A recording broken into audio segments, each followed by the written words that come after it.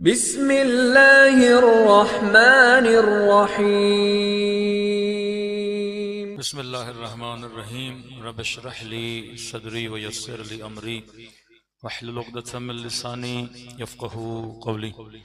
अम्मा बअद फ़क़द क़ाल रसूलुल्लाह करीम इन्नल हुसैन मिस्बाहुल हुदा व सफ़ीनतुन नजात। सल्लल्लाहु अलैहि मुहम्मद व अला मुहम्मद।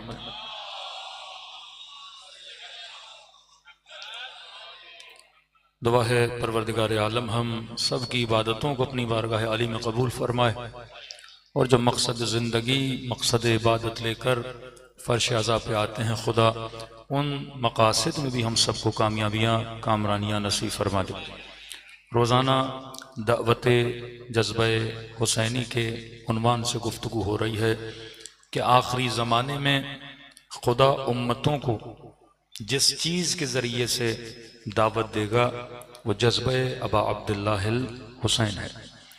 उसकी निशानियाँ जिस तरह दिन गुज़रते रहेंगे, साल गुज़रते रहेंगे, आपके सामने ये चीज़ें आया होती रहेंगी कि किसने सोचा था जिस इमाम हुसैन की एक वक्त था कि जालिम मौला की कब्र को भी ढाना चाहते थे। कोई करबला की ज़ियारत पे जाए सद्दाम के ज़माने में तो लोगों को खून देना पड़ता था। एक वक्त था कि लोग बाजू कटवा के इमाम हुसैन की ज़ियारत को जाते थे। एक वक्त का त्यारत अबा अब्दुल्लाह हुसैन पे पाबंदी थी, लेकिन आज अरबईन हुसैनी पे तकरीबन 30 मिलियन लोग इमाम हुसैन की कब्र की ज़ियारत पे जाते हैं। ये वो जाज़िबा है जो खुदा ने ज़ात अक़दस अबा अब्दुल्लाह हुसैन में रखा है। आज दुनिया में वो कौन सी शख्सियत है जिसके लिए ऐलान किया जाए कि जनाब उसकी मजलिस तरहीम है या उसकी याद में हम जलसा रख रहे हैं, तो आप देखें हज़ारों की तादाद में, लाखों की तादाद में कौम जमा हो जाए।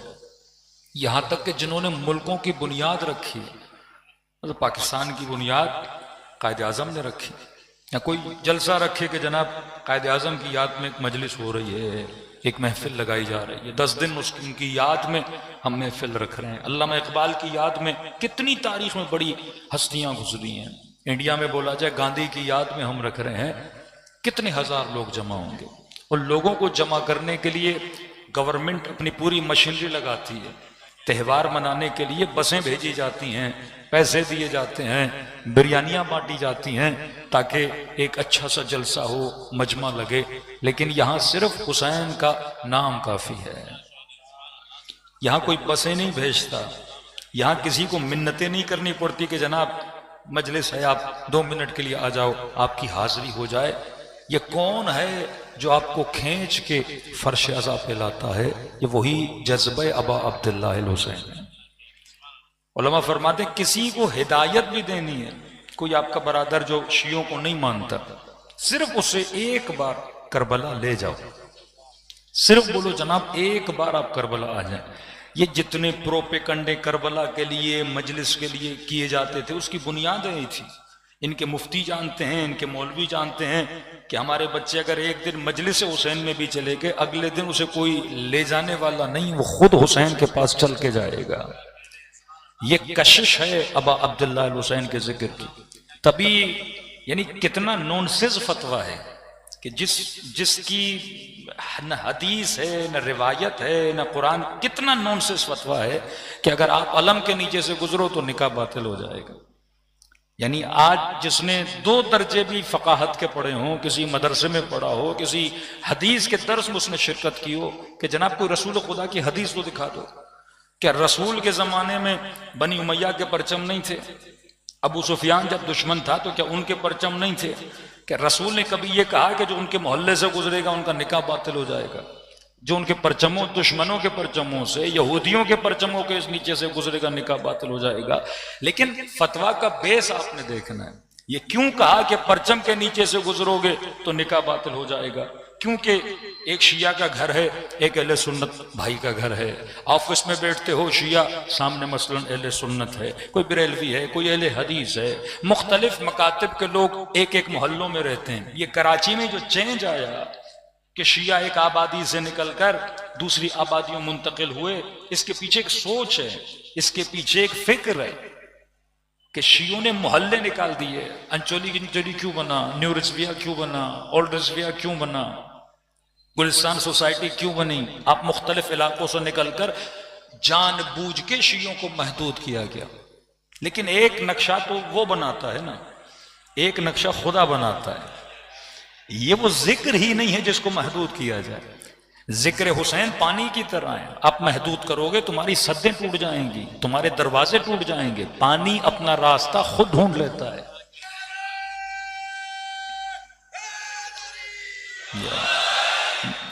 आज का बच्चा जो 2026 में पैदा, वो उसे बताओ कि जनाब तुम्हारे बड़ों ने फतवा दिया था हमारे खिलाफ कि अगर कोई अलम के नीचे से गुजरेगा निकाह बातिल हो जाएगा। क्यों? क्योंकि शिया घर पे क्या लगाते थे? अलम लगाते थे। अब कहा कि अगर शिया के घर में किसी गैर शिया का घर होगा तो लिहाजा घर से निकलेगा, अलम का सारा गली पे तो पड़ता है ना, तो ये गुजरेगा तो साए के नीचे से गुजरेगा। तो कहा कि भाई निकाह बातिल हो जाएगा। अब मजबूरन इसने घर बेचना है ताकि मैं घर वहां लूं जहां किसी भी शिया का घर न हो, क्योंकि शिया के साथ घर होगा तो कभी कूंडा भी खाना पड़ेगा। शिया के साथ घर होगा तो बहालत मजबूरी मजलिस होगी, हुसैन हुसैन की सदा भी आएगी। बहालत मजबूरी काला लिबास भी देखेगा। बहालत मजबूरी शिया नुहा चलाएगा तो नुहा भी सुनना पड़ेगा। और इनको पता है कि एक बार हुसैन की सदा कानों में चली गई, एक बार इसने हुसैन का न्याज खा लिया। हम क्यों कहते जनाब न्याज पे पाबंदी नहीं लगाया करो? कि मौलाना अब्बास उस दिन भी कहा था मॉडर्न फिक्र बनाते हैं कि न्याज की क्या जरूरत है। जितना इन 10 दिनों में कर सकते हो, जितना सबीले लगा सकते हो, जितना हुसैन के नाम पे खिला सकते हो खिलाओ, क्योंकि ये दाना जब शिकम में जाता है तो बंदे को नमक हलाल जरूर बनाता है। हा?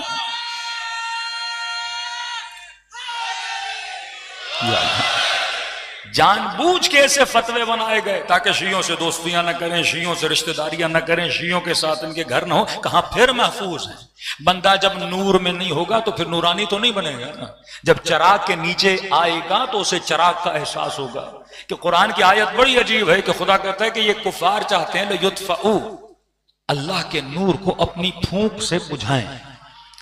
अल्लाह के नूर को, कितना वो बेवकूफ आदमी है कि यहां पे बल्ब जल रहा है और आप फूके मार मार के इस बल्ब को बुझाना चाहो। अल्लाह कहता है जितनी फूके मारनी है मार दो, लेकिन खुदा का नूर कभी बुझने वाला नहीं। वल्लाहु मुतिम्मु नूर है, अल्लाह अपने नूर को तमाम करता है। तो एक नक्शा वो बनाते हैं, एक नक्शा खुदा बनाता है।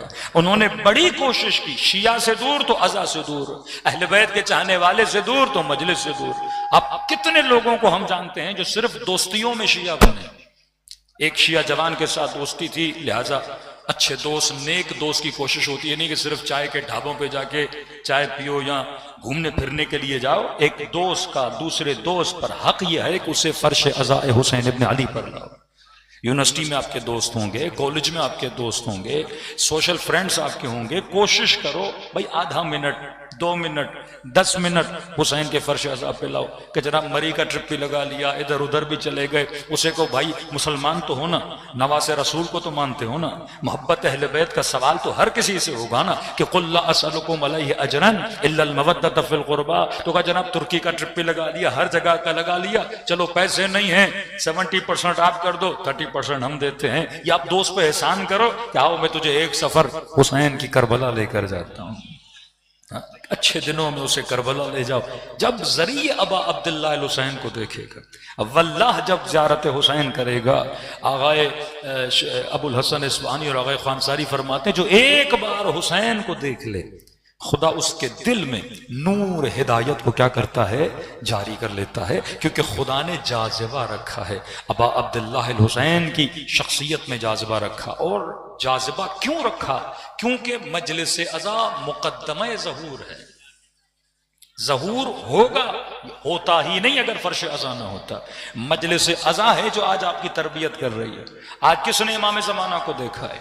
आज कौन सा नबी आपकी हिदायत के लिए आया? आज कौन सा इमाम आपकी हिदायत के लिए आया? ये वो ज़माना है ना हम इमाम को देख पा रहे हैं, ना हम नबी को देख पा रहे हैं। ये वो ज़माना है ना मूसा वाले मोजज़े हैं, ना हज़रत ईसा वाले मोजज़े हैं। इस ज़माने में हम नहीं देख रहे, क्योंकि ये ज़माना अक्ल का ज़माना है, अक्लानियत का ज़माना है। और ये होना था। रसूल खुदा के बाद आप देखते हैं मोजज़े बिल्कुल खत्म हो गए। क्यों मौजज़ों का इख्तिताम किया? क्योंकि कब तक मौजज़ों से खुदा लोगों को इंस्पायर करता? सबसे बड़ा मौजज़ा जो खुदा का है वो एजाज अक्ल है। तभी इमाम अमीरुल मोमिनीन ने फरमाया, इन्नी अकरहु लकुम अन तकूनु मिनस सब्बाबीन, फरमाया अगर दुश्मन गाली भी दे तो जवाब गाली से न देना। नहनु अबनाउ दलील, ये जमाना अक्ल और दलील का जमाना है, दुश्मन का मुंह दलील से बंद कर दिया करो। तो मकतब अहले बैत दलील का मकतब है। हमने अहले बैत अलैहिस्सलातु वस्सलाम को, अमीरुल मोमिनीन को असबानियत में, कौम परस्ती में, जात परस्ती में, या सिर्फ ये कि रसूल के दामाद हैं, हमने इसलिए नहीं माना।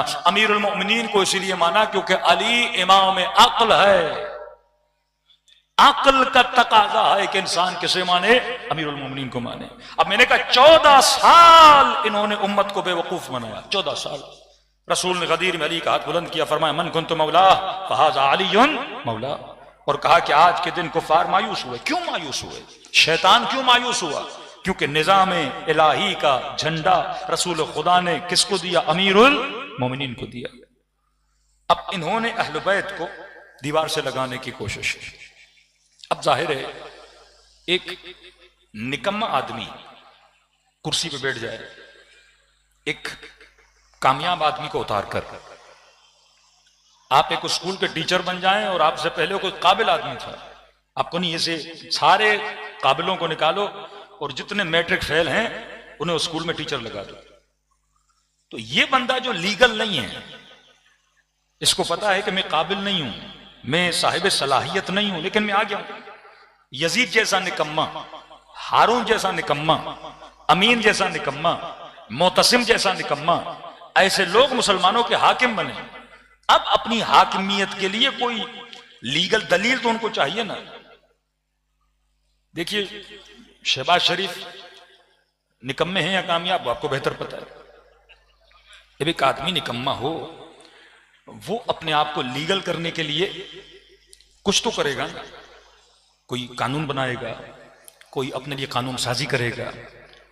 एक आदमी है ही चोर और वो किसी मसनद पे बैठ जाए और लोग एतराज करें आप चोर हैं, तो वो अपनी चोरी को छुपाने के लिए कोई कानून बनाएगा ताकि आगे से मेरे ऊपर कोई एतराज न करे।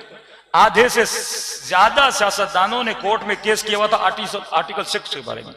आर्टिकल 6 कहते हैं हाकिम वो हो जो अमीन हो, जो सादिक हो। अब कौमी असेंबली में जितने भी हैं अक्सर व बेश न सादिक हैं न अमीन हैं। अब कहा अगर ये कानून प्रैक्टिकली हमारे ऊपर आ गया तो सारे के सारे कौमी असेंबली से क्या होंगे? निकाले जाएंगे। 14 साल उम्मत को धोखा दिया गया।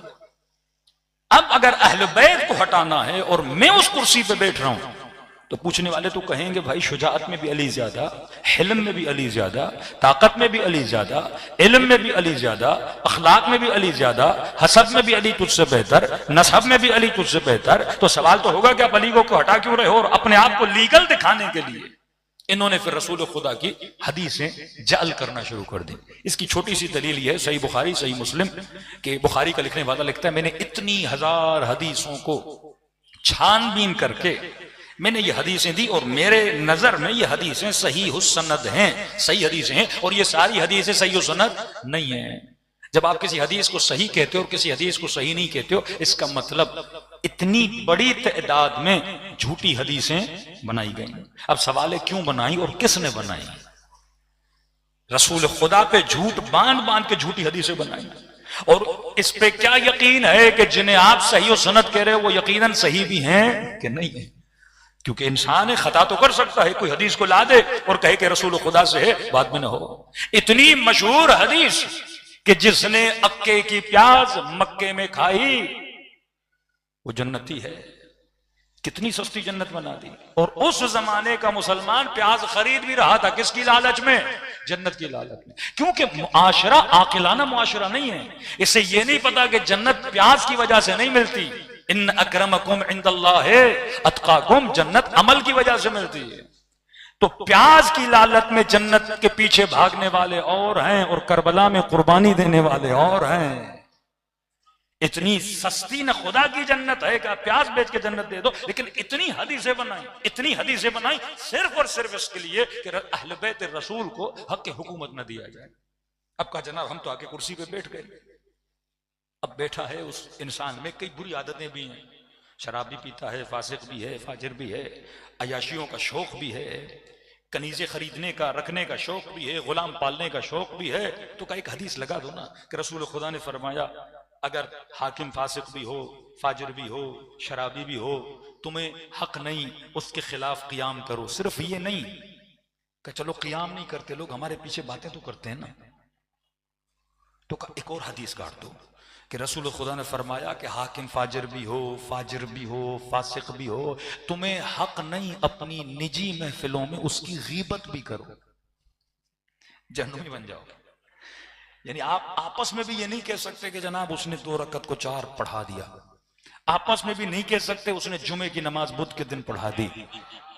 नहीं, ये गुनाह आप बिल्कुल नहीं कर सकते, क्योंकि हाकिम ने कहा है, हाकिम की बुराई आप नहीं कर सकते। और यहां हुसैन ने सारी झूठी हदीसों को ये कहकर हवा में उड़ा दिया कि मिस्ली ला युबायो मिस्ल यजीद। हाकिम था कि शराबी की बेअत हुसैन नहीं करेगा, इस फासिक व फाजिर की बेअत हुसैन नहीं करेगा। तो अहले बैत हक को बातिल को जुदा करने की शख्सियत का नाम है। अगर करबला न होती तो आज नस्लों को न हक का पता चलता न बातिल का पता चलता। आज काउंट करके देख ले, अपने बच्चों को कहें बेटा जितने मुसलमान मुल्क हैं सारे हाकिमों का नाम लिखो और थोड़ा सा उनकी सिफात बताओ, कितने नेक हैं, कितने साले हैं, कितने नमाज शब पढ़ने वाले हैं। तो आप नाम लिखना शुरू करेंगे, पहला भी फासिक होगा, दूसरा भी फासिक होगा, तीसरा भी फासिक होगा, लालची और चोर डकैत होंगे, आप सबके नाम लिखोगे, आपके अंदर अच्छी सिफात और आदतें नहीं पाई जाएंगी। लेकिन जरा लुबनान के किसी कोने में जाओगे तो कहीं हसन नसरुल्लाह मिलेगा, ईरान के तेहरान में जाओगे तो सैयद अली खामनेई मिलेंगे। तो जहां जहां नेक हुक्काम नजर आते हैं वो वही हैं जो नजरिए करबला के साथ मुंसलिक हैं। सलवात पढ़े मोहम्मद वाले मोहम्मद।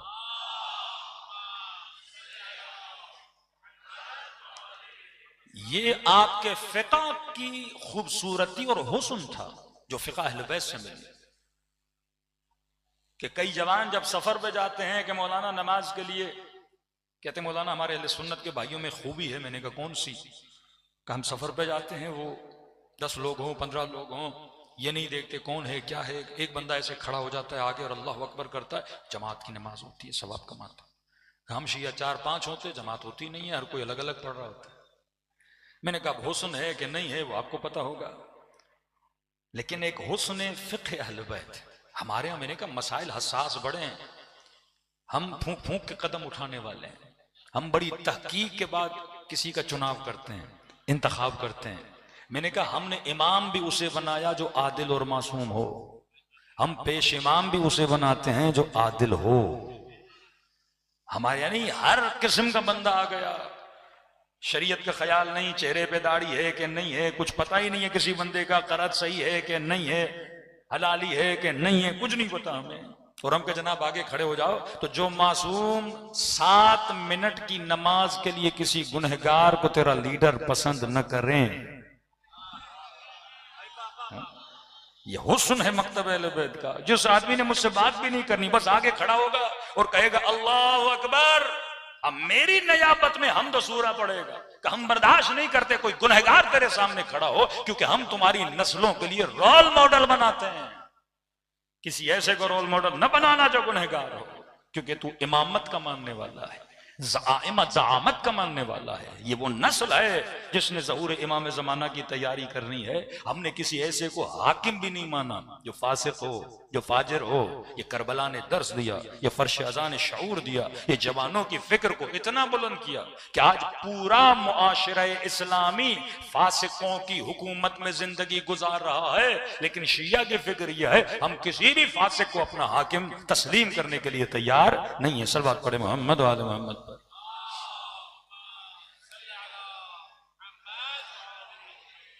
तो एक फिक्र के नस्ल मुसलमान को, बरादरान अहले सुन्नत को शियों से दूर रखा जाए। अब समझ से बाहर है, आदमी जालिम से दुश्मनी करे तो समझ आता है भाई बंदा जालिम है, जालिम से नफरत भी करे तो समझ आता है, फितरी तकाजा है। कंजूस से, जालिम से, बद अखलाक से, बदतमीज से आदमी दूर रहता है कि जनाब अखलाक का अच्छा नहीं, जालिम है। लेकिन जब आप शियों को देखते हो, इनके अंदर खुदा ने कितनी सिफात हसना रखी।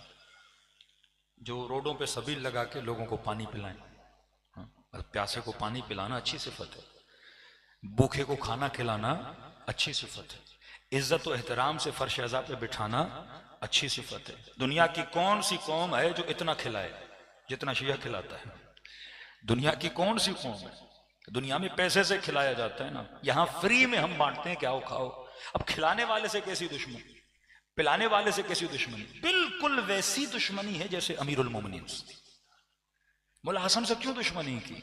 अब अब्दुल्लाह अल हुसैन का वजूद नूर से टपक रहा हो और लोग उसके बदन पे घोड़े दौड़ाए, उसका सर कलम करके नोके निजा पे रखें, ये दुश्मनी अहले बैत से नहीं, ये दुश्मनी खुदा से है, क्योंकि ये निजाम इलाही को नाफिज करने वाले हैं।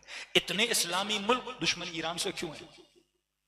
इसी ईरान में एक शिया हाकिम बन जाए, है तो अक्सरियत शिया ना, रजा शाह भी शिया था, मोहम्मद रजा शाह भी शिया था, जितने हुक्मा आए वो सारे शिया थे, नस्ली शिया थे। असली थे कि नहीं मुझे नहीं पता, नस्ली शिया थे। आज भी ईरान की हुकूमत को गिरा के शहनशाह ईरान के जिसके बेटे को लाने की ख्वाहिश थी वो भी शिया है, लेकिन वो शिया एक्सेप्टेबल है, उसे वो मानेंगे, उसे वो कबूल करेंगे। ये शिया एक्सेप्टेबल क्यों नहीं? सारे मुल्कों के सामने इस्लामी लगा हुआ है, लेकिन उन सारे इस्लामियों से दुश्मनी नहीं, एक इस्लामी से दुश्मन क्यों है? क्योंकि ये जो इस्लाम दे रहा है वो इस्लाम इमाम मेहदी के इनकलाब का इस्लाम है, वो इस्लाम कायनात में हुकूमत इलाही के निफाज का इस्लाम है। ये टकराव है उनकी पॉलिसियों के मुताबिक। वो फहशा चाहता है, ये फहशा को रोकता है। वो बेहयाई फैलाना चाहता है, बेहयाई को रोकता है। वो सूदी निजाम बढ़ाना चाहता है, ये सूदी निजाम को रोकता है। वो नस्लों को बेदीन बनाना चाहता है, ये दीन पे बाकी रखना चाहता है। अब देखिए, स्कूल बदल जाए, निजाम बदल जाए, टीवी बदल जाए, हुक्मरान बदल जाए, हर शे को वो बदल सकते हैं, लेकिन जहां वो तब्दीली नहीं ला सकते वो फर्श अज़ा हुसैन इब्ने अली है। यहां पे आपको महसूस होगा कि इन्नल हुसैन मिसबाहुल हुदा व सफीनतुन नजात। इस तारीकी में खुदा ने अगर किसी को तुम्हारे लिए बाइस से निजात बनाया, वो शख्सियत अबा अब्दुल्लाह अल हुसैन है। सल्लल्लाहु अलैहि मोहम्मद वाले मोहम्मद।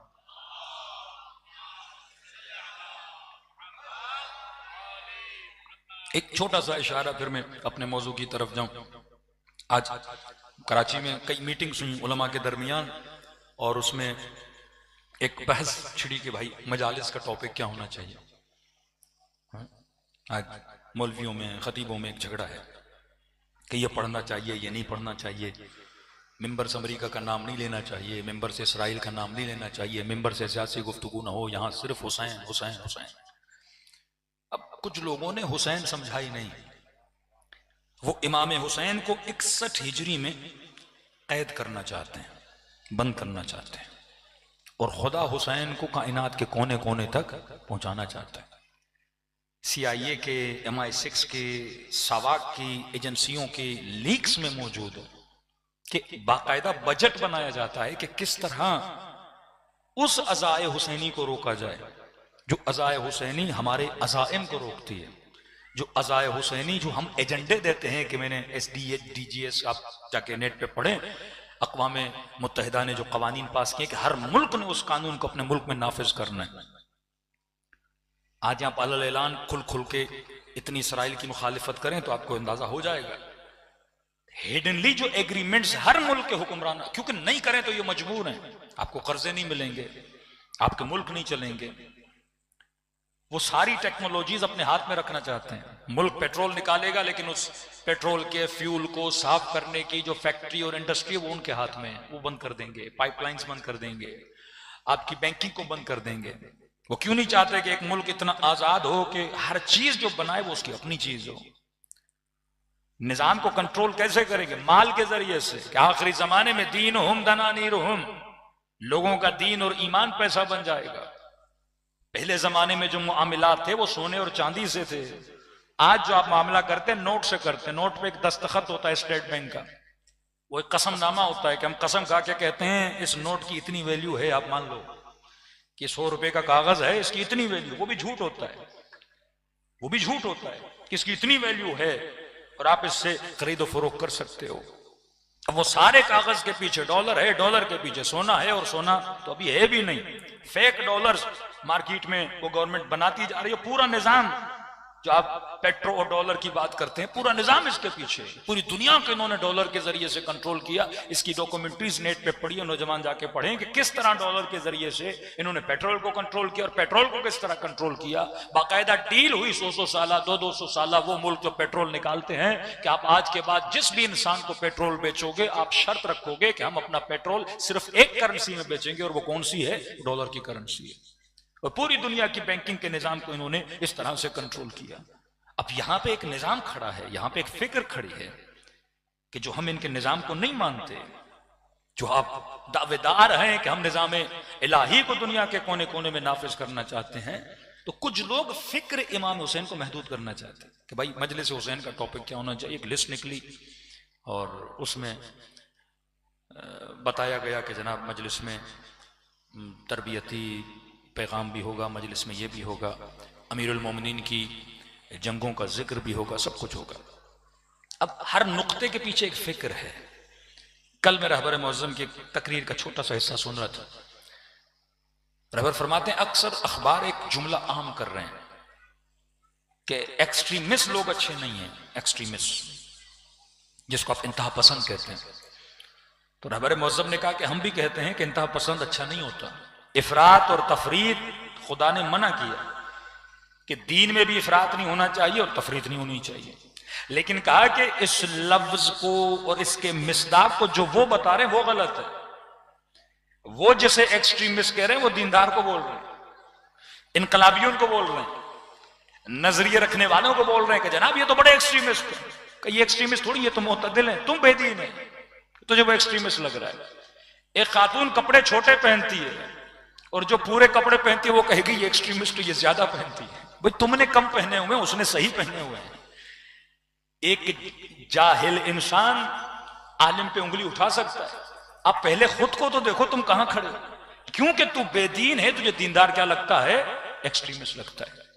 ऐसे ही फिक्र रखने वाले लोग इमाम हुसैन की मजलिस को क्या करना चाहते हैं? महदूद करना चाहते हैं। अब जो मुबल्लिगीन दीन हैं उन पे एक इल्जाम लगाते हैं जनाब ये मौला अली की जंगों के मुखालिफ हैं, ये कहते हैं मिंबर से खैबर को बयान नहीं करो, खंदक। मैं कहता हूं वो अहमक आदमी हो जो ये कहेगा मिंबर से खैबर न पढ़ो, मिंबर से खंदक न पढ़ो।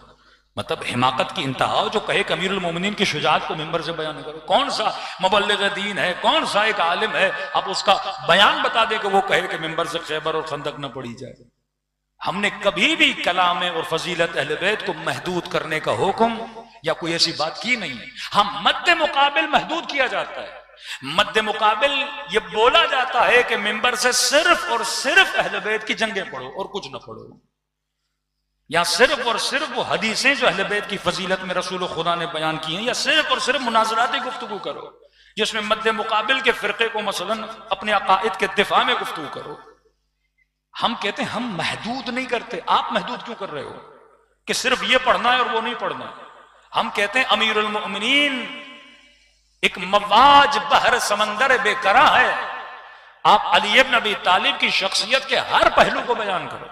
अगर अमीरुल मोमिनीन की जंगों को बयान कर रहे हो तो अली की नमाज को भी बयान करो, अली की दुआए कुमैल को भी बयान करो, इमाम ज़ैनुल आबिदीन के अबू हमज़ा समाली को भी बयान करो, इमाम हुसैन की दुआए अरफा को भी बयान करो। मौला अली की जिंदगी महदूद सिर्फ जंगों तक नहीं होती, एक जिंदगी का हिस्सा जंगों में गुजरा है। 28 साल मौला के घर में गुजरे हैं, कुछ हिस्सा मौला की तरबियत में गुजरा है। तुम ये भी तो बताओ कि अंधेरी रातों में अली उठ के यतीमों की मदद किया करते थे। तुम ये भी तो बताओ फकीर के साथ पेट के अली दर्द दिल भी किया करते थे। तुम ये भी तो बताओ 3 दिन रोजा रखने के बाद अली इब्न अबी तालिब तयमून तआम अला हुब्बिही, गरीबों को खाना भी खिलाया करते थे। हर पहलू जिंदगी अहले बैत को बयान करना चाहिए। हम महदूद नहीं करते, हम कहते हैं शख्सियत अमीरुल मोमिनीन लामहदूद है, लेकिन बाज लोग उस शख्सियत को महदूद करना चाहते हैं। जब शख्सियत महदूद हो गई तो आप अमीरुल मोमिनीन की शख्सियत के हर पहलू को नहीं जान पाओगे, एक अधूरी शख्सियत को जान पाओगे। जबकि वो शख्सियत हमें आज के जमाने से भी जोड़ती है, हमें आखिरत के साथ भी जोड़ती है। और जिन लोगों ने अहले बैत की शख्सियत से शऊर लिया,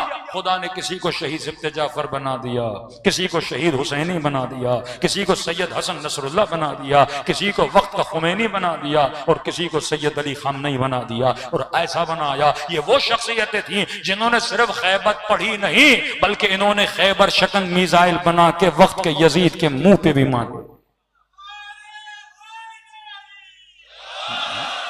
ये वो शऊर था कि कब तक तुम सिर्फ खैबर सुनाओगे, वो खैबरी जज्बा भी पैदा करो। हाँ, ये जरूर है कि यजीद मुर्दाबाद है, लेकिन यजीद की फिक्र रखने वाले मरे नहीं। जब तक कयामत है शैतान है, और जब तक शैतान है दुश्मनी अहद बैत मौजूद रहेगी। लेकिन सवाल है, तुमने दिफा के लिए क्या किया? तुम्हारे बच्चों को गोलियां मारी गई, तुम्हारी मजलिसों में बम फोड़े गए, तुम्हारी एजुकेशन के एतबार से कमजोर किया गया। मुझे भी पाराचनार के मोमिनीन ऑस्ट्रेलिया में मिले, उन्होंने कहा कि क़िबला, क्योंकि पाराचनार की बहादुरी ज़द आम है, बाकायदा उनके कागज़ों में डॉक्यूमेंट्स में लिखा हुआ है कि ये नस्ल बड़ी बहादुर है। कब बड़े तरीके से पाराचनार में नौजवान नस्ल को नशे का आदी बनाया जा रहा है, बड़े तरीके से नशा इतना आम किया जा रहा है ताकि वो पूरी नस्ल क्या बन जाए, नशाई बन जाए। जब नशाई बन जाएगी तो नजरिया से क्या हो जाएगी, आरी हो जाएगी। कभी सैयद गैर सैयद का झगड़ा वहां पे छेड़ा जाता है कि जगह जगह इन नस्लों को इतना बीमारियों में, इतना जहालतों में जकड़ दो ताकि ये पैगाम अबा अब्दुल्लाह अल हुसैन से क्या हो जाए, दूर हो जाए। लेकिन दूसरी तरफ वो फिक्र सैयार, वो फिक्र रोशन, किस तरीके से मर्द मुजाहिद ने अपनी नस्ल को आईटी के मैदान में, अपनी नस्ल को जंग के मैदान में इतना आगे कर दिया कि आज दुनिया की सारी ताकतें एक मुल्क को हराने के पीछे लगी रहीं, लेकिन उसे घुटनों के बल बिठाने पे वो कामयाब न हो सके। क्यों? क्योंकि एक तरफ जज्बे हुसैनी था, दूसरी तरफ नस्लों की मेहनत थी। कुछ ऐसे हुक्मरान जो नस्लों को अयाशियों पे लगाना चाहते हैं, नस्लों को गलत कामों पे लगाना चाहते हैं, लेकिन दूसरी तरफ वो पैगाम रसूल कि उतलुबुल इल्म मिनल महद इलल लहद, इल्म हासिल करो। अली वाले का जब इमाम हर मैदान में आगे है तो अली वाले को भी हर मैदान में आगे होना चाहिए। बच्चे को जब स्कूल में भेजो तो कहो बेटा तुम शिया अली इब्न अबी तालिब हो। खैबर में, खंदक में अमीरुल मोमिनीन सफ़े अव्वल में होते थे।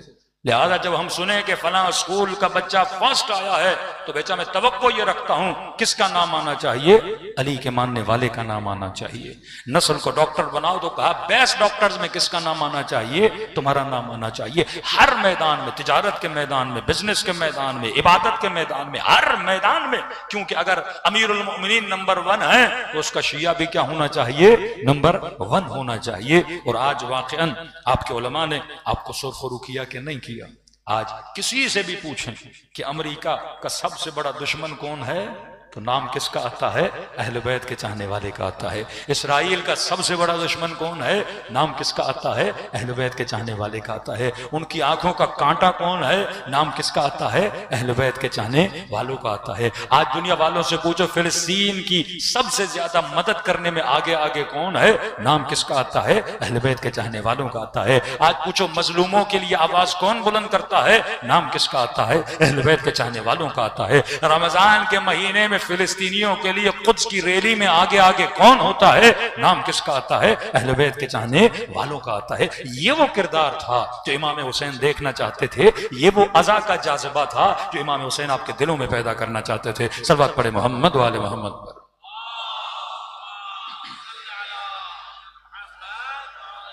बस एक दलील देके इस मौजू को यहीं खत्म कर दूं कि मजालिस अज़ा का टॉपिक क्या होना चाहिए।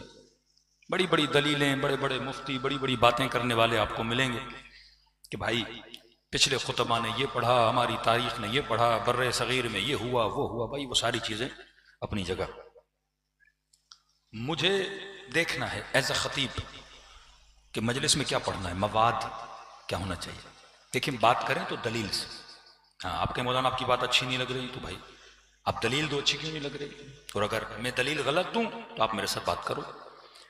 नहनु अबनाउद दलील, अल्लाह ने अक्ल दी है दलील से।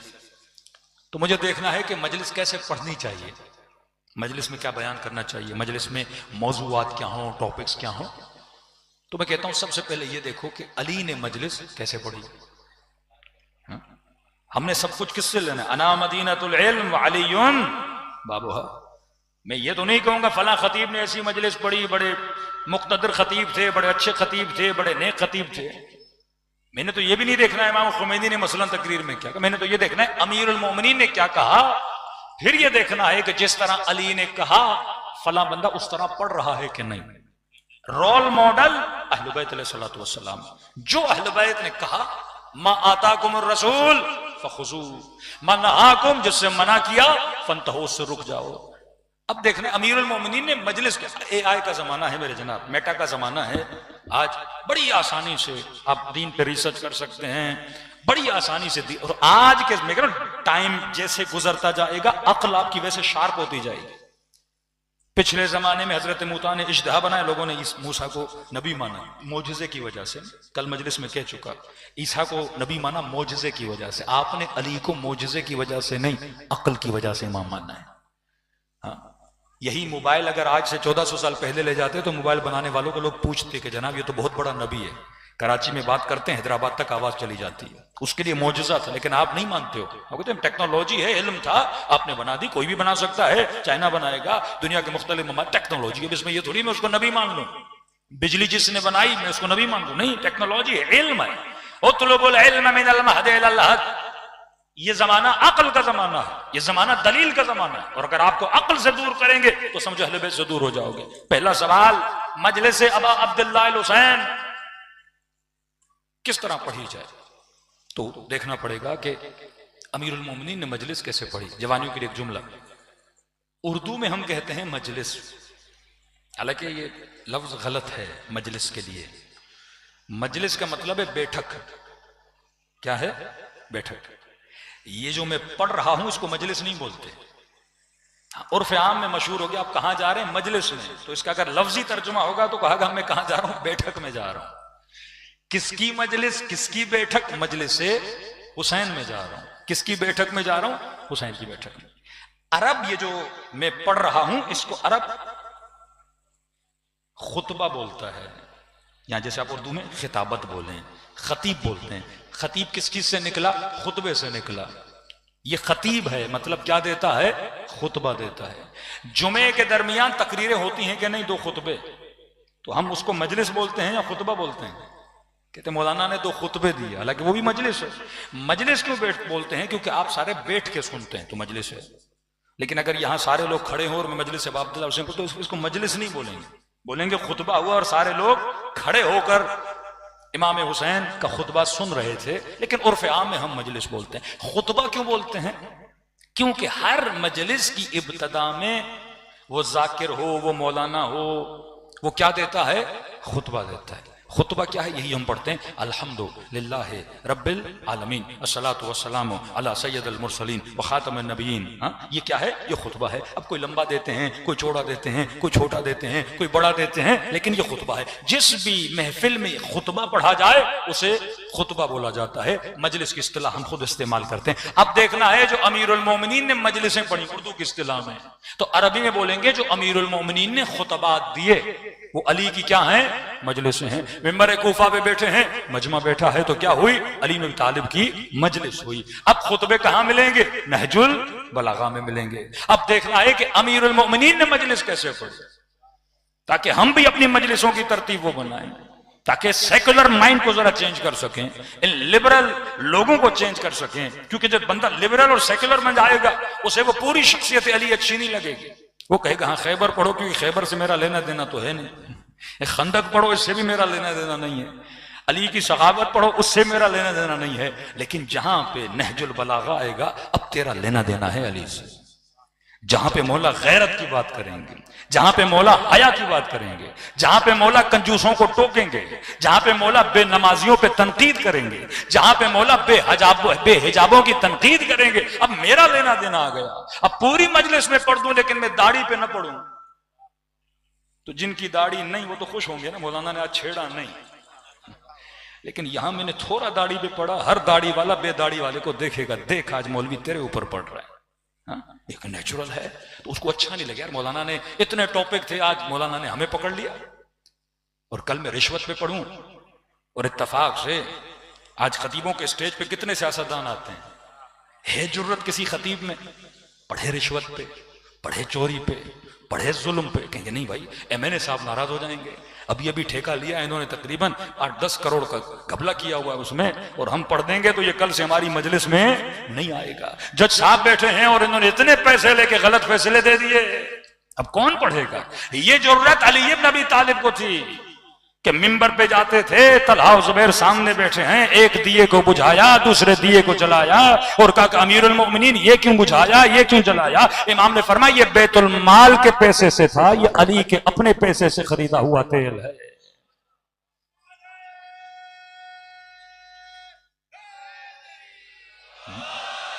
ये जिंदगी अमीरुल मोमिनीन है। तलहा जुबैर जो अली को हुकूमत पे लाके बिठाए।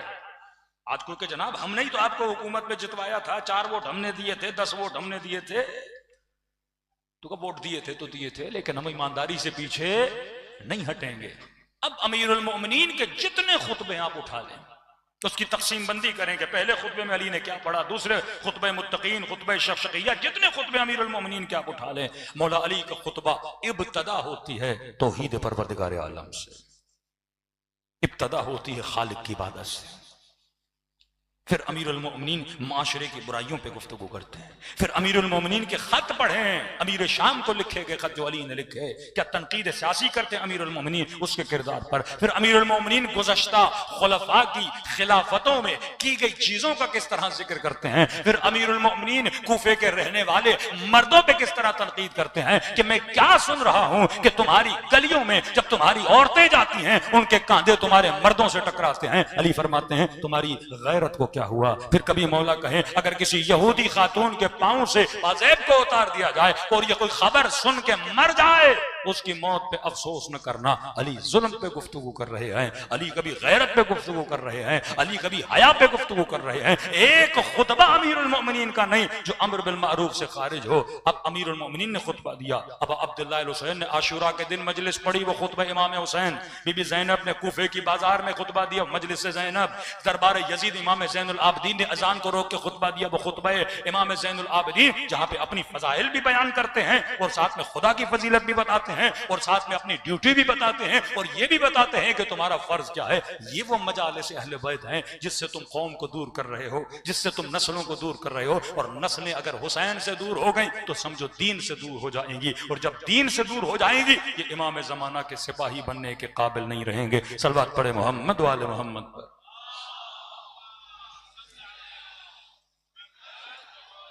कराची के मिंबर का एक मेयार होता था, हम बचपन से अपने बुजुर्गों से असातिद अखलाक से सुनते थे कि भाई हर किसी को कराची में मजलिस नहीं पढ़ने दी जाती थी। अक्सरियत जो हमारी शीयत है वो पंजाब में अक्सरियत, तो जितने भी प्लान और जितने भी साजिशें वो चाहे मगरबी हों, वो चाहे CIA की हों, वो चाहे जितने भी प्लान हों गवर्नमेंट्स को या हुकूमतों को दिए जाते हैं, उसका पहला इजरा कहाँ पे होता है? पंजाब में होता है, क्योंकि अक्सरियत अवाम, वजीर आजम भी वहीं से बनते हैं, हुकूमतें भी वहीं से बनती हैं, एक बड़ा कसरत में अवाम वहाँ रहती है। लेकिन कराची का एक हुस्न था, यहाँ बशीर टेक्सला जैसे उलमा, यहाँ अल्लामा नक्तन जैसे उलमा, यहाँ क़िबला रशीद तुराबी जैसे खुतबा, कि आज आप रशीद तुराबी की तकरीर भी उठा के देखते हैं तो इल्म कलाम की बहस है, वाजिबुल वजूद, मुमकिनुल वजूद, ऐसी ऐसी तकारीर जो वाक़ियन पुरमग़ज़ तकारीर जो सुन के इंसान रश खाता है और आपको मुतालिया करना पड़ता है कि जो लफ्ज़ कह रहे हैं उसका मतलब क्या है। फिर इंसान थोड़ी रिसर्च करे कि ये क्या, और उस जमाने का मजमा कितना समझदार था कि एक एक लफ्ज़ को पकड़ता था और समझता था और सुनता था। नक्कन साहब जिन्होंने इजाज़त इज्तिहाद दिया आयतुल्लाह मराशी नजफ़ी को, जो उस्ताद मराजे थे, वो कराची के मेंबरों पे आते थे। ये एक हुस्न था कराची का कि यहाँ पे एक मेयार बना दिया जाता था कि कौन आएगा कौन नहीं आएगा। लेकिन पंजाब में भी बड़े बड़े उलमा, लेकिन पंजाब में कोई मेयार नहीं है। मतलब हर आदमी को मेंबर पे बैठा दिया जाता है, 4 दोहे याद कर लिए, 4 शेर याद कर लिए, थोड़ा बहुत सुर अच्छा था, लेकिन वहाँ मेयार नहीं था। लेकिन अफसोस से कुछ सालों से वो वहाँ का रंग यहाँ भी रूनमा किया जा रहा है कि इस मेयार को तोड़ा जाए। जब आप अपने मेंबरों से, अपने शहर से मेयार को तोड़ दोगे तो फिर आपका वही हाल होगा जो आपके मुसलमान भाइयों का हाल है, जिन्होंने हुकूमतों के लिए कोई मेयार नहीं रखा, हाकिमों के लिए कोई मेयार नहीं रखा। तो फिर हर कोई फासिक आएगा। हाँ, इत्तफाक से एक अच्छा आ जाएगा, फिर इत्तफाक से एक बुरा आ जाएगा। जब तक अपनी जिंदगी में उसूल नहीं बनाते, मेयार नहीं बनाते तब तक आप जिंदगी में कामयाब नहीं हो सकते। अपने बच्चों को ये रेड लाइन खींचा करो, बेटा ये रेड लाइन क्रॉस नहीं करनी, हाँ इस लाइन से तुमने जाना है। इहदिनस सिरातल मुस्तकीम, रसूल से पूछा सिरात मुस्तकीम का, फरमाया ला इवजाज फी, एक ऐसा रास्ता जिसमें टेढ़ापन नहीं है। जब तक कुछ चीजों में स्ट्रिक्टनेस नहीं लाओगे, जब तक सख्ती नहीं लाओगे, जब तक अपने उसूलों पे मजबूती के साथ खड़े नहीं रहोगे, तब तक न तुम्हारा दीन बचेगा न ईमान बचेगा। सल्लल्लाहु अलैहि मोहम्मद वाले मोहम्मद।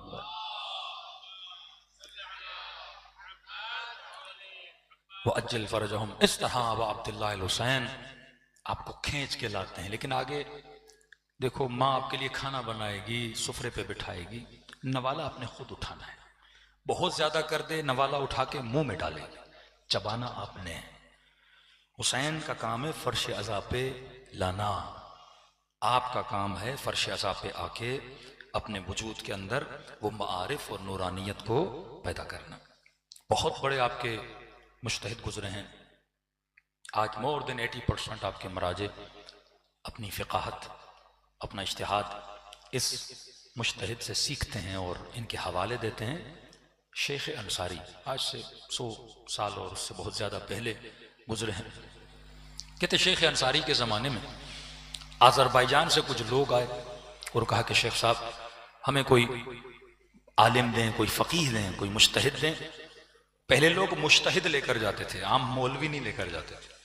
मतलब हौजे में जाते थे, कहते थे हमें कोई मुज्तहिद दो, कोई फ़कीह दो, पूरा फ़कीह, आधा अधूरा मौलवी नहीं, पूरा फ़कीह दो, ताकि हम अपने इलाके में ले जाएं और ये वहां के दीन अहले बैत की तरवीज करें। तो अंसारी ने कहा मैं देखूं मेरे शागिर्दों में किसने दीन के सारे फ़राइज़ अंजाम दिए हैं, उसको भेजो। तो एक आलिम दीन उनके शागिर्द जो फ़कीह कामिल भी बन चुके थे, वो शेख कफ़क़ाज़ी उनका नाम था। तो आगा अंसारी ने शेख कफ़क़ाज़ी को कहा कि आप आज़रबाईजान जाएं और दीन अहले बैत की तरवीज करें, इन लोगों की खिदमत करें। इसी मकसद से आप हौजे में पढ़े थे। इन्होंने कहा ठीक है क़िबला में चला जाऊंगा। शेख अंसारी कहते हैं कि 3 दिन के बाद मैंने शेख कफ़क़ाज़ी को देखा कि नजफ में अभी मौजूद हैं। तो मैंने अपने शागिर्द को बुलाया, मैंने कहा कि शेख कफ़क़ाज़ी आप गए नहीं आज़रबाईजान, मैंने आपको बोला था जाएं दीन इस्लाम की तबलीग के लिए। तो इन्होंने कहा कि आगा अंसारी मैंने एक ख्वाब देखा है और अगर वो ख्वाब सादिक हुआ तो मैं 3 दिन के बाद मर जाऊंगा। मैं इंतजार कर रहा हूं 3 दिन का। अगर 3 दिन में मर गया तो इससे अच्छी जमीन मुझे नहीं मिलेगी, नजफ को छोड़ के कहां मरने जाऊं, यहीं आप मुझे दफना दीजिएगा। लेकिन अगर 3 दिन के बाद मैं नहीं मरा तो मैं चला जाऊंगा आज़रबाईजान। तो आगा अंसारी ने कहा ख्वाब क्या देखा है तुमने? कहा क़िबला ख्वाब देखा है, मैं मर गया और मलाइक मुझे लेने आए आलम बरज़ख में। और आलम बरज़ख में एक बाग है बड़ा खूबसूरत, उसकी खुशबू, उस बाग की हवाएं मैं आपको बता नहीं सकता। जब से उस बाग को देख के दिल करा अभी के अभी खुदा मेरी रूह बदन से निकाले और उस बाग में चला जाए। कि मैंने मलाइकतुल्लाह से पूछा ये बाग किसका है? उन्होंने कहा कि शेख कफ़क़ाज़ी तेरा बाग है, तुझे हम लेने आए थे इसीलिए, और 3 दिन बाद तेरी मौत वाक़ई हो जाएगी और इसी बाग में तुझे हम फिर लाएंगे। मैंने अल्लाह का शुक्र अदा किया कि खुदा ने आलम बरज़ख में ऐसा हसीन बाग मुझे दिया है कि तुमने इल्म हासिल किया, दीन का इल्म हासिल किया, बाग तुम्हारे लिए। क्या चलता गया उस बाग से एक दरीचा निकल रहा था किसी और बाग की तरफ। मैं दूसरे बाग में दाखिल हुआ। कहा जब उस बाग को देखा तो उस बाग के सामने मेरे वाला बाग छोटा सा बागीचा था।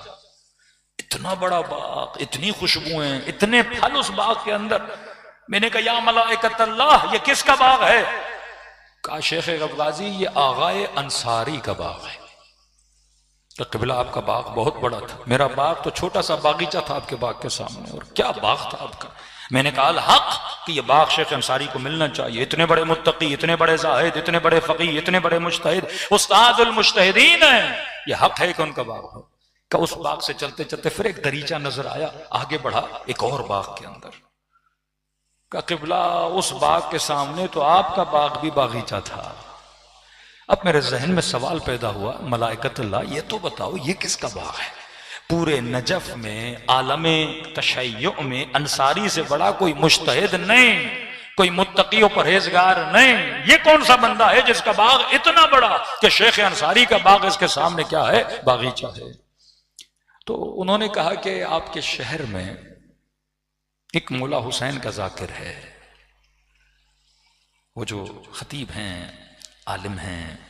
और अब हर आलिम जिक्र अहले बैत तो नहीं करता ना, मसाहिब खां नहीं होता।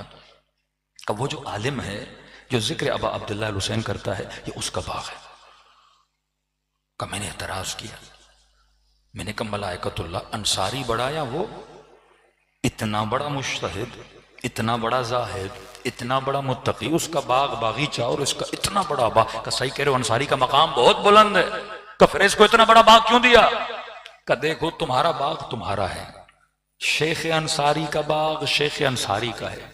ये बाग जो आगाए फाजिल को मिला है ये उनका नहीं, का हुसैन इब्ने अली ने उनको दिया है। कहते शेख अंसारी अब मैं 3 दिन का इंतजार करूंगा। ख्वाब से उठा, कहते मेरे दिल में एक सवाल कि मैं मिलूं तो सही हुज्जतुल इस्लाम फाजिल से और पूछूं तो सही कि आपका ऐसा कौन सा अमल है कि इमाम हुसैन ने खुद बाग दिया आपको। इनका रिश्ता क्या है इमाम हुसैन से? हम भी इमाम हुसैन को जानते हैं, हम भी इमाम हुसैन की मजलिस में जाते हैं। कहता मैंने पूछते पूछते उनके घर पहुंचा, दरवाजे पे दस्तक दी। मैंने कहा आगा फाजिल आज की रात में आपके घर में रुक सकता हूँ? कहा जी रुक सकते हैं। आप भी तलबा मैं भी तलबा, आप भी तालिब इल्म मैं भी तालिब इल्म, मेहमान हो हबीब खुदा हो, रुक जाओ। कहता उनके घर में बैठा, शाम का खाना खाया। अब देख रहा हूं ये काम क्या करते हैं। उनकी नमाज को मैंने चेक किया, कौन सा जिक्र कर रहे हैं, कौन सा विरद कर रहे हैं। मैं देखूं तो सही वो कौन सी कुंजी है इनके पास जिससे इमाम हुसैन ने इतना बड़ा बाग दिया। अभी 3 दिन है मेरे पास ताकि मैं भी वो अमल करूं और बागीचे से उतना बड़ा बाग अब अब्दुल्ला हुसैन मुझे दे। कहता है रात सोने का वक्त हुआ, उन्होंने कहा आप सो जाए गफकाजी, मैं भी अपने कमरे में जा रहा हूं। कब वो चले गए लेकिन मुझे नींद नहीं आई। मैंने कहा देखूं ये रात को उठ के करते क्या है। कहता पूरी रात जागता रहा, वो सोए रहे। सुबह की अजान में 2 घंटे थे। मैंने देखा गए फाजिल उठे। कहता जैसे उठे अपनी चारपाई से और बैठे, और बैठते ही इन्होंने कहा अस्सलामु अलैका या अबा अब्दुल्लाह। का ये कहकर जार व कतार इन्होंने रोना शुरू कर दिया, क्रिया शुरू कर दिया।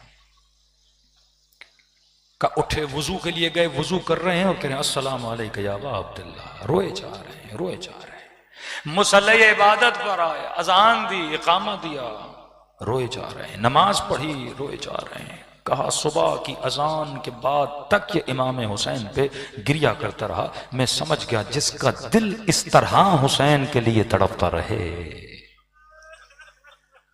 इमाम हुसैन उसे कभी नहीं छोड़ते। ज़ियारत नाहिया पढ़ें, इमाम ज़माना फरमाते हैं ऐ मेरे जद हुसैन, आपके दरमियान और मेरे दरमियान बाद दुहूर मुला बड़े जमानों का फासला आ गया। ऐ काश में मेहदी करबला में होता, आपका दिफा करता, आपकी हिमायत में तलवार उठाता।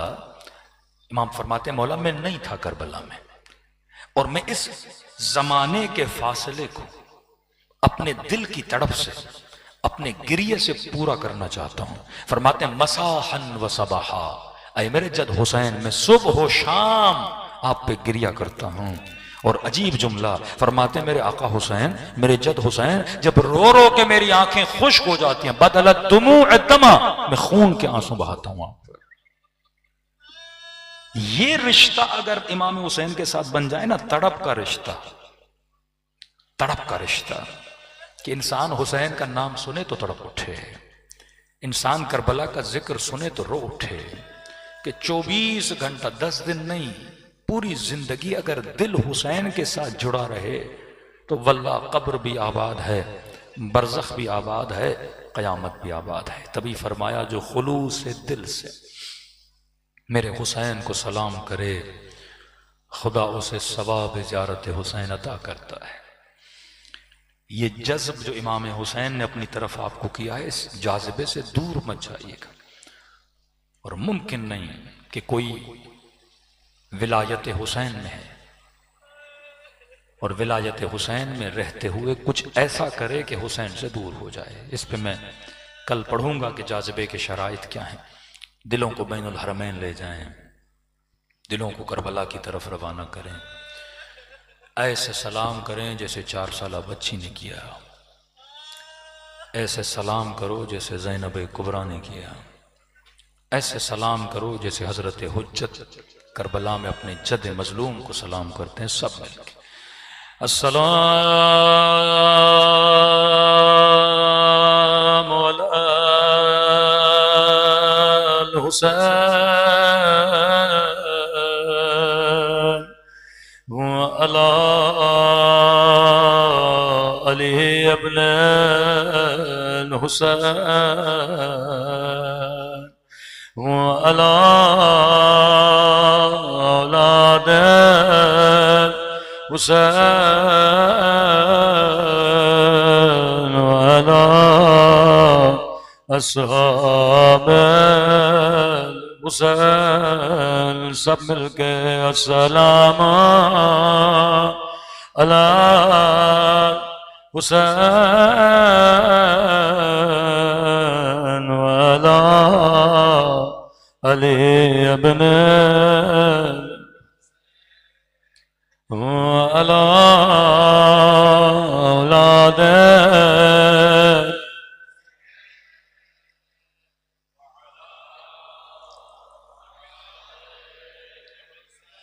सब मिलके अस्सलाम अला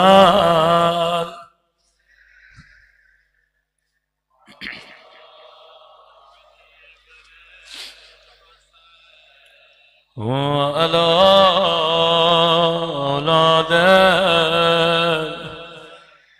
हुसैन की सदा गूंजनी चाहिए सब मिलके अस्सलाम अला हुसैन व अला अली इब्न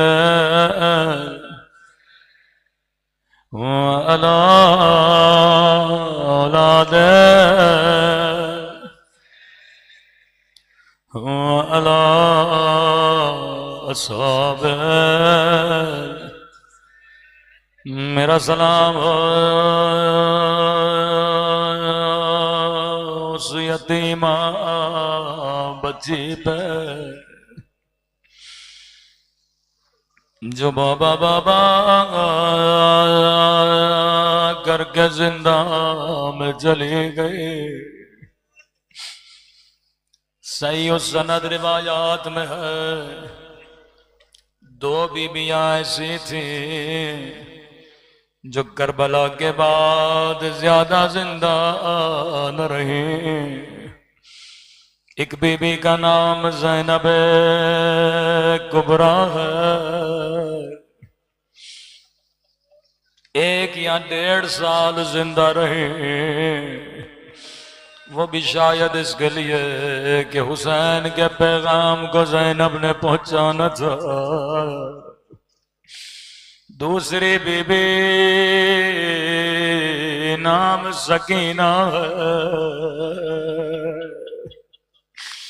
जो बाबा के बाद ज्यादा जिंदा न रही। कभी दिल में ये ख्याल पैदा न हो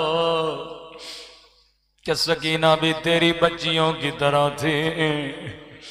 जिस तरह एक आम बच्ची का बाप मर जाए वो बाबा के लिए रोए, सकीना शायद बाबा के फिराक में चली गई। ये साबिर बेटी है, ये हुसैन की बेटी है।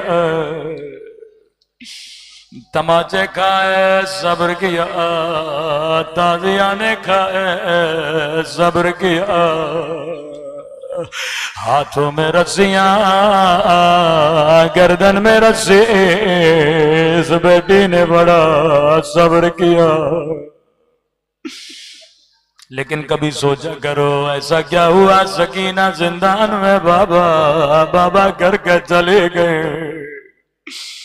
ऐसी कौन सी मुसीबत थी जिसने बच्ची को शहीद कर दिया। इमाम ज़ैनुल आबिदीन फरमाते हर जगह इस बच्ची ने सब्र किया, प्यासी रही सब्र किया। गोदिए कत्लेगाह में गई, बाबा का जख्मी बदन देखा, सब्र किया। पूरे रास्ते बाबा के सर पे अनिया मारता रहा, सकीना ने सब्र किया। सजाद के जख्मों को देखा, सब्र किया। पुप्पियों के हाथों में रस्सियां, खैमों को आग लग गई, बच्ची ने सब्र किया। इमाम ज़ैनुल आबिदीन फरमाते हैं कि मंजर ने इस बच्ची को बीमार कर दिया। उस बीमारी से ये बच्ची जहां पर न हो सके। अब तसव्वुर करके गिरिया करना, मौला कौन सा मंजर। फरमाया दरबार यजीद, शराबी का दरबार। अल्लाह जाने इस दरबार में ऐसा क्या हुआ कि बच्ची बीमार पड़ गए। अब तसव्वुर करो 3 या 4 बरस की बच्ची है, कितना कद होगा। छोटी बच्ची, सारे कैदियों का कद बड़ा था। गर्दन में रस्सी है, हाथों में रस्सी है, नन्ही सी बच्ची खड़ी है। रावी कहता है एक मर्तबा आवाज आई, हुसैन का सर दरबार में लाया गया। ये बच्ची कभी दाएं जाए, कभी बाएं जाए। एक झलक मुझे मेरा बाबा नजर आए। छोटा कद है बच्ची का, कभी इधर से रास्ता ढूंढे, कभी उधर से रास्ता ढूंढे। बड़ी मुश्किलों से हटाते हटाते सकीना आ गया। एक निगाह बाबा के कटे हुए सर पे पड़े। बच्ची ने क्या देखा, लही शराब पी रहा है और तश्त में बची हुई शराब फेंक रहा है। हाथों में छड़ी है, हुसैन के होठों पे मार रहा है।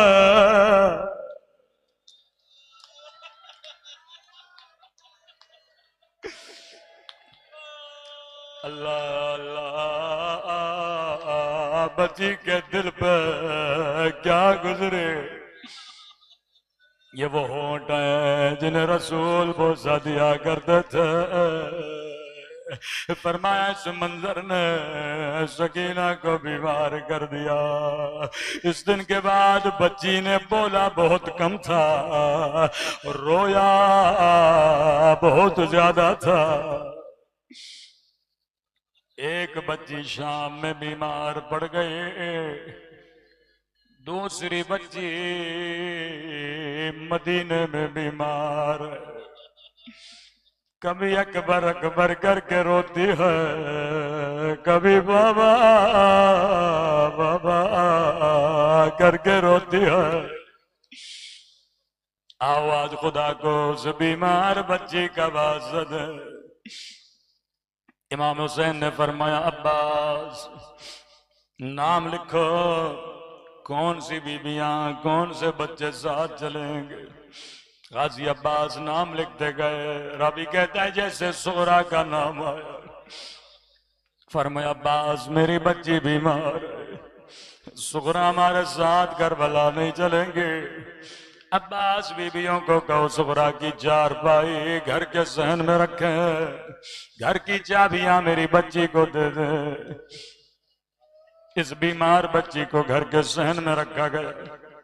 एक एक बीबी आती थी, घर की चाबियां देती थी, सीने से लगाती थी, बड़ी दर्द भरी आवाज में कहती थी खुदा हाफिज सुगरा। लेकिन रावी कहता ये बच्ची खामोश। सब बीबियों ने खुदा हाफिज किया। एक मर्तबा बीबी ज़ैनब की बारी आई, सुगरा को सीने से लगाया, रोकर का खुदा हाफिज सुगरा, अगर जिंदगी रही तो फिर मिलेंगे। इतना सुनना था। बीमार बच्ची ने दोनों बाहें पुफी के गले में डाली, रोकर का खुदा हाफिज पुफी अम्मा मैं सुगरा समझ गई, अब मेरा बाबा वापस नहीं आएगा, अब मेरा अकबर वापस नहीं आएगा। बीबी ज़ैनब ने बड़ा गिरिया किया। आहिस्ता से कर सुगरा, इस बात का इल्म मेरे अलावा हुसैन के अलावा किसी को नहीं। तुझे कैसे पता अकबर वापस नहीं आएगा, बाबा वापस नहीं आएगा? फरमाया पुप्पी अम्मा मैं बीमार हूं, मुझे पूरी पूरी रात नींद नहीं आती। आधी रात का वक्त था, मैंने देखा आसमां से एक नूरी हमारी उतरी। नूरी हमारी से काले बुरके में बीबी बाहर आए, अपने सर पे खाक डालने लगे और रो रो के कहने लगी मेरे लाल हुसैन, तेरी माँ ज़हरा तुझे कहाँ कहाँ रोएगी? ओ करबला में रोएगी या शाम की बाजार में? पुप्पी अम्मा मैं समझ गई मेरा बाबा वापस नहीं आएगा। रोते हुए बीबी ज़ैनब इमाम हुसैन की खिदमत में आई। फरमाया हुसैन अगर ज़ुहरा के न चलने की वजह उसकी बीमारी है, मैं ज़ैनब वादा करती हूँ अपने हाथों से खाना खिलाऊंगी, तेरी ज़ुहरा को अपनी गोदी में बिठाऊंगी, तेरी ज़ुहरा का खुद ख्याल करूंगी, लेकिन हुसैन ज़ुहरा को साथ लेकर चल। फरमाया ज़ैनब मेरा भी दिल है बच्ची को साथ लेकर चलूं, लेकिन ज़ैनब हुसैन की मजबूरी समझो। जितने बच्चे चल रहे हैं किसी की शक्ल बाबा अली से मिलती है, किसी की शक्ल हसन भैया से मिलती है, किसी की शक्ल नाना रसूल खुदा से मिलती है। ओ बहन ज़ैनब मैं इमाम हूँ, इल्म गैब जानता हूँ, मेरे जाने के बाद तेरे हाथों में रस्सियाँ तेरे सर से रिदा छीनी जाएगी। ओ ज़ैनब मेरे सुगरा की शक्ल मेरी अम्मा ज़हरा से मिलती है, मैं कैसे बर्दाश्त करूं मेरी अम्मा की शबी शराबी के दरबार में, मेरी अम्मा की शबी बाजारों में। अला लअनतुल्लाह अलल कौम ज़ालिमीन।